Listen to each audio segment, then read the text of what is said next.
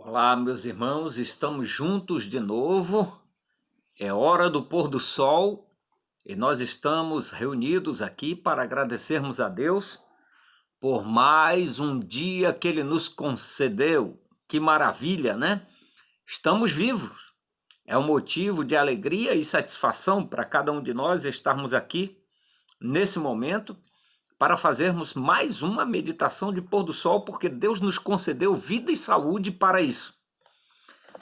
Eu escolhi para nós meditarmos hoje o que se encontra em São Lucas, capítulo 24, verso 13 e 14. Vou abrir minha Bíblia aqui e você também abre a sua Bíblia aí.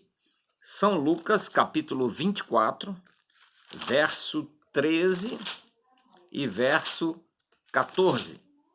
São Lucas 24, verso 13 e verso 14, diz assim: Naquele mesmo dia, dois deles estavam a caminho para uma aldeia chamada Emaús, distante de Jerusalém 70 estádios. E iam conversando a respeito de todas as coisas sucedidas. Meus queridos, esse contexto é um contexto da ressurreição de Cristo Jesus, ou seja, também de sua morte. Cristo Jesus havia falado de um reino, o qual ele veio estabelecer. Os discípulos estavam se preparando para ser o secretariado desse reino, e de repente, no meio da semana, o candidato a prefeito, vamos dizer assim, ou o candidato a governador de Jerusalém, morre na ideia dos discípulos. Mas como é que ele nos abandona agora? Eu posso imaginar eles fazendo essa pergunta um para o outro. Como é que ele permitiu que as pessoas matassem ele, que os judeus matassem ele? Como ele permitiu que Anás e Caifás, o líder dos judeus, os líderes dos judeus, matassem Jesus? Por quê? Havia ressuscitado Lázaro, havia curado a mulher com fluxo de sangue, havia curado um cego e mandado se lavar no tanque de Siloé, e ele voltou vendo. Curou a sogra de Pedro, entre outros milagres. Transformou a água em vinho, o seu primeiro milagre. Entre muitos milagres, inclusive de ressurreição de mortos, agora ele se deixa morrer numa cruz, como o pior dos bandidos daquela época. Crucificado no meio. A situação era difícil. E aí, o que você faria? Onde as suas esperanças estavam agarradas, fixadas, e agora sua esperança desaparece, morre. E os discípulos, eles se fecharam em si mesmos, como nós costumamos fazer. Mas, meus queridos, São Mateus capítulo 24, verso 13 e 14, revela para nós o desespero não apenas nos turva a visão, como endurece o coração, tornamo-nos cínicos, insensíveis, e quando as boas novas chegam, não queremos aceitá-las, por medo de nos desapontarmos de novo. Foi o que aconteceu aos dois discípulos no caminho de Emaús. Enquanto caminhavam, eles conversavam a respeito de tudo que havia acontecido, como nós lemos no verso 14. E iam conversando a respeito de todas as coisas sucedidas. Não é difícil imaginar suas palavras, não é verdade? Por que as pessoas se voltavam contra ele?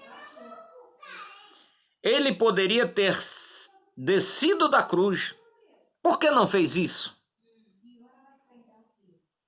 O que vamos fazer agora? Existe uma linha muito tênue que, se for cruzada, pode ser fatal.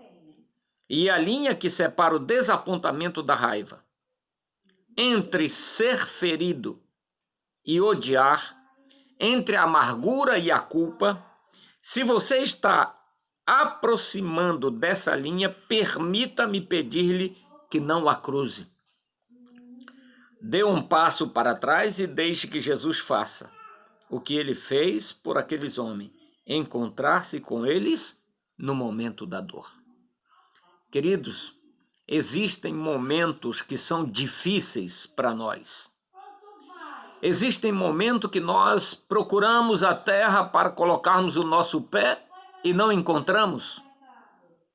Existe momento em que o desespero é maior do que todas as coisas.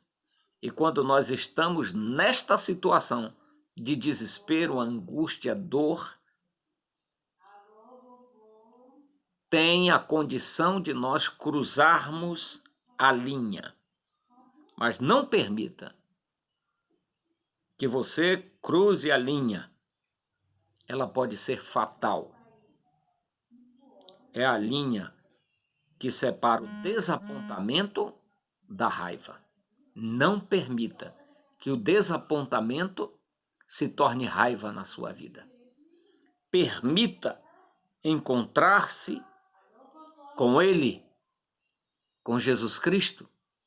Entrega o teu caminho ao Senhor, confia nele e tudo mais Ele fará. Jesus Cristo deve fazer a diferença na minha vida e na sua vida. Jesus Cristo é o único capaz. Ore a Ele, converse com Ele. Fale para Ele da dor que você sente. Fale para Ele daquilo que você está passando, que Ele resolve o seu problema. Ele resolve o meu problema. E Ele quer que o nosso fardo seja leve.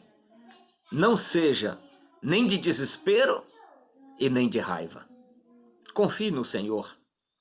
Confie nele, porque Ele vai resolver o seu problema. Eu tenho certeza que Ele vai resolver o seu problema. Portanto, nesse momento, fechemos nossos olhos e falemos com o Senhor. Querido Deus, eterno Pai, muito obrigado, Senhor Jesus, pelo dia que Tu nos deste. Muitas vezes passamos por dificuldades e problemas, mas Tu és o Senhor de todas as coisas, inclusive o nosso Senhor. Entrega o Teu caminho ao Senhor, confia nele e o mais Ele fará. Amém? Que todos possamos ter uma noite maravilhosa na presença de nosso Senhor e Salvador, Jesus Cristo. Amém? Boa noite para todos.